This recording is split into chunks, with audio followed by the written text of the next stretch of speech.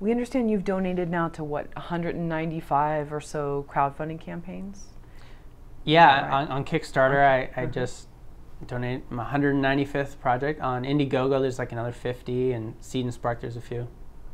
So what is it that motivates you to put in money for those campaigns? I think it's a mixture. I think it's the fascination of like, well, if I can be one of 1,000 to put in $1, and we all put in $1, then this person has what they want. So it's sort of like, oh, I can be that 1,000th, or if I put in $10, I can be that 100th, or whatever it is. And it's just sort of like, crowdfunding is interesting because sometimes you'll get hundreds and hundreds of people that you don't know that are all just chipping in their $2 or $5 or $10. And it's not much of a contribution, but it adds up if you multiply it. And so I kind of feel like I'm that 100th or I'm that 1,000th that will make this person's day. Also, it's sort of like, oh man, my friend's making a project. You pitch in a chunk of money because they're making their thing, they're making their dream happen. Like, it's sort of now that I've been through it, like I did a full crowdfunding Kickstarter video. We were making a short film. We're trying to raise the funds for the VFX. This was a short film called Similo, and we got a lot of people to contribute to it, but it is a race. Your crowdfunding is like a real amazing time where it's just like you can't think about anything other than getting the word out and like making an update video and posting new things and getting people interested and like trying to get film blogs to talk about it. And so part of it's my admiration for other people that are starting their crowdfunding campaigns. I just know what it's like. I've been there, and it's just like, wow, I've been through it, and so hey, I know what you're going through. I'll help you out. So it sounds like it's more than just the delivery of a T-shirt or something like that. It's really being part of this process and being in sort of the discovery of it and in the trenches a little bit in terms of like, oh yay, they got this far. Yeah, I think if it was buying a shirt, I could buy a shirt anywhere. I think it's more like a belief in their project, or something about it that's inspiring to me, or something that's like really interesting or profound, or a sci-fi project that's talking about a topic that's like really fascinating, or a friend's project that's like, wow, like I totally want to see this happen. So of those 200 plus or more that you've donated to collectively with Kickstarter, Indiegogo, Seed and Spark, how many of those people have actually finished their projects from your knowledge? It's fascinating. It is amazing to watch, because Kickstarter has these like graphs, and you can kind of pull down like what you've donated to and the types and how many, and you can like sort through like what's successful and what's unsuccessful and stuff. And I feel it's like 60 to 80% of the ones that I've contributed to have gone successful. And like I've been a part of a few that just didn't make it. And you think to yourself, well, man, what could you have done different that would have made it like successful? It's just it's tough, when you're crowdfunding to have an unsuccessful project. And I definitely know people and have been part of different projects. So let's suppose they did reach their goal, but of those 200 some, how many do you know that have met their goals but haven't finished the project? Oh, okay. Because they got in over their head, right, or whatever. So you crowdfund, you raise your money or whatever, and then you end up don't completing your film or your project or whatever. I mean, some of them are photo books I've been involved with, or other art projects. And I think I know for me, for our Similo project, we did it in 2010. Okay, here it is 2014.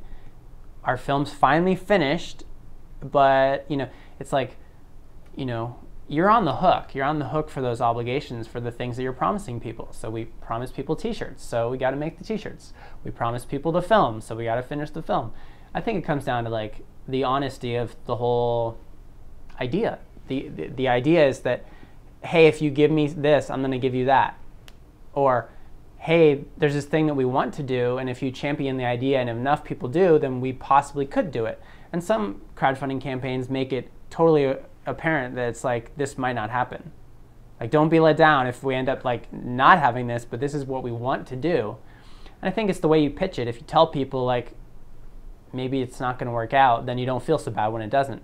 But if you're like, this is going to happen, then you kind of got to follow through. Have you seen people not follow through? Well, I mean, I'm trying to follow through on the one I did, and I'm still not finished. I'm still on the hook for different things that we still have to finish. We're making a photo book of our project, putting together behind the scenes photos and stuff like that, and I still haven't made the book. It's something I'm in the process of. Oh. You know, so yeah, I think you know, I've seen people get frustrated at different projects that didn't deliver what they promised. And if you donate $10 and they don't do what they promised, it's another thing. But if you donate, you know, 1,000 or more, you know, you want them to deliver the promise. And that's part of the ethos of the whole crowdfunding thing, is if enough people are keeping their word, then it's like a you know, a viable system for raising funds for art projects. So how has donating to all these campaigns and following those filmmakers' journeys, whether if it's just receiving updates every once in a while, but how has that impacted you? Have you seen what worked for you? Have you felt inspired by it? Have you felt put off by it sometimes because you feel like it's too hard? You see somebody with a great campaign, they don't make it, and you say, wow, how's that possible? Yeah, I think, well, it's just inspiring to see crowdfunding campaigns and people making it and seeing the updates. I really like the updates where it's like, you know, here's an update. An update's sort of like a blog post, right? If you're interested in the project and you're kind of following along, it's sort of like, here's the newest news, here's the info.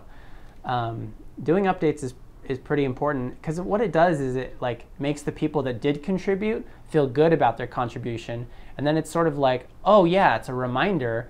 And if you're still in the process of raising funds, it's like a reminder so that those people can share it with their friends. So it's sort of like you want to be active with it. And I remember with Similo, we had dozens and dozens and dozens of updates. Here's the newest news. Hey, we were on this blog. Hey, we have an update. Hey, you know, we're in Spain. We're doing this thing. Here's another behind the scenes photo.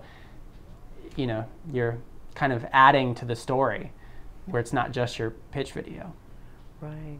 So have you seen things that you knew that's exactly how you wanted to approach it, whether it was people letting their funders know with humor that, you know what, this didn't work out, or what, you know, were there certain takeaways? Can you give me a story of somebody's campaign that you saw that you said, I want to be just like that, I want to do it in that style, I want to deliver my message?